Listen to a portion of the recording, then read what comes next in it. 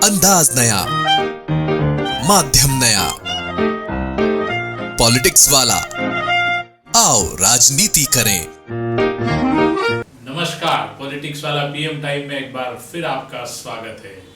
मध्य प्रदेश के मुख्यमंत्री मोहन यादव ने एक बार फिर यह दिखा दिया कि वे एक चतुर राजनीतिज्ञ हैं और उनके रहते हुए कोई दूसरा बड़ा नाम प्रदेश में आगे नहीं बढ़ पाएगा। उन्होंने बड़ी सफाई से मध्य प्रदेश के दो कद्दावर नेता कैलाश विजयवर्गीय और प्रहलाद पटेल को किनारे कर दिया है। ये सामने आया है प्रभार वाले जिलों में। इन दोनों के साथ बड़ा खेल हो गया, जहां पर मुख्यमंत्री मोहन यादव ने इंदौर का प्रभार अपने पास रखा है, यानी इंदौर जिले का प्रभार मुख्यमंत्री ने खुद अपने पास रखा है। जैसा कि सब जानते हैं कि इंदौर मध्य प्रदेश की आर्थिक राजधानी है और सारा धन, बल और प्रतिष्ठा इंदौर से जुड़ी रहती है। शिवराज सिंह चौहान के कार्यकाल में आप जानते हैं कि नरोत्तम मिश्रा को इंदौर का प्रभार दिया गया था, लेकिन उसके बावजूद पूरा दखल सिर्फ और सिर्फ शिवराज सिंह चौहान का रहता था।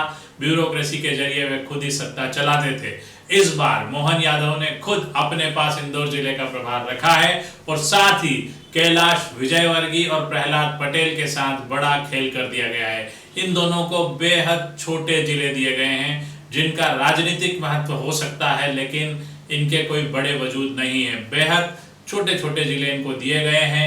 जहां कैलाश विजयवर्गीय को सतना और धार का जिम्मा दिया गया है, वहीं प्रहलाद पटेल को भिंड और रीवा जिले सौंपे गए हैं। सबसे महत्वपूर्ण माने जाने वाले सिंगरौली जिला, जो आर्थिक दृष्टि से महत्वपूर्ण माना जाता है, जिसके लिए माना जा रहा था कि खींचतान होगी, वो मंत्री संपत्तियां उइके को दिया गया है। ये ऐसा पहला मामला है जिसमें किसी मुख्यमंत्री ने खुद अपने पास किसी जिले का प्रभार रखा हो, वो भी इंदौर जैसे जिले का। इससे स्पष्ट हो गया कि मोहन यादव पूरी लगाम अपने हाथ में रखना चाहते हैं और कैलाश विजयवर्गीय को लेकर उनके समर्थक बार बार ये कह रहे थे कि कैलाश विजयवर्गीय को भोपाल का प्रभार मिलेगा, लेकिन कैलाश विजयवर्गीय के हाथ आया सिर्फ सतना और धार।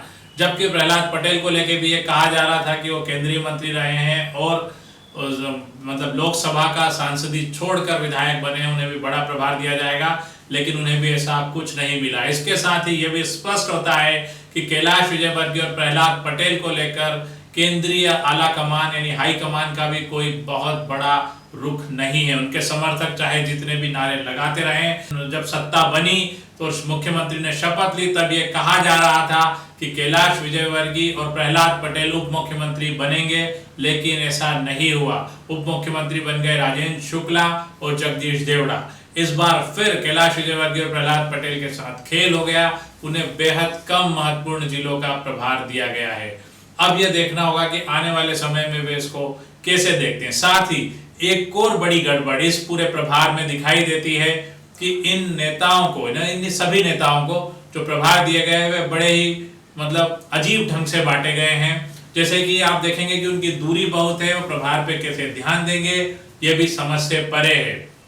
7 महीने बाद उस वक्त ऐसे झंडा बरदारों की नियुक्ति की गई, जब 15 अगस्त सिर पे आ गया और सवाल पूछे जाने लगे कि ये झंडा बंधन कौन करेगा किस जिले में, क्योंकि आमतौर पर यह रिवाज रहा है कि झंडा बंधन प्रभारी मंत्री करते हैं। इसलिए 15 अगस्त के ठीक 2 दिन पहले प्रभारी मंत्रियों की आनन फानन में घोषणा कर दी गई।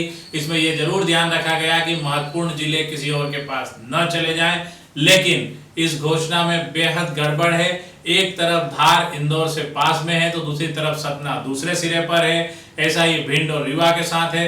और इस तरह की सारी सूची में आप देखेंगे तो बेहद दूरी वाले इलाके को मंत्रियों को प्रभार दिए गए हैं। जिन मंत्रियों को 2 जिलों का प्रभार मिला है उसमें बेहद गड़बड़ हुआ है।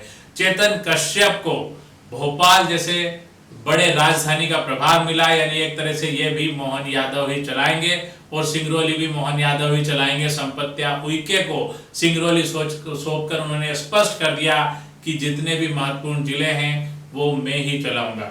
अब देखना होगा कैलाश विजयवर्गीय और प्रहलाद पटेल जिस वक्त पहले चुपचाप बैठे रह गए, इस बार वे क्या करते हैं। आज के लिए इतना ही। अगली बार फिर किसी नए विषय के साथ आपसे रूबरू होंगे। धन्यवाद, शुक्रिया। हमारे चैनल को लाइक और सब्सक्राइब करना न भूलें।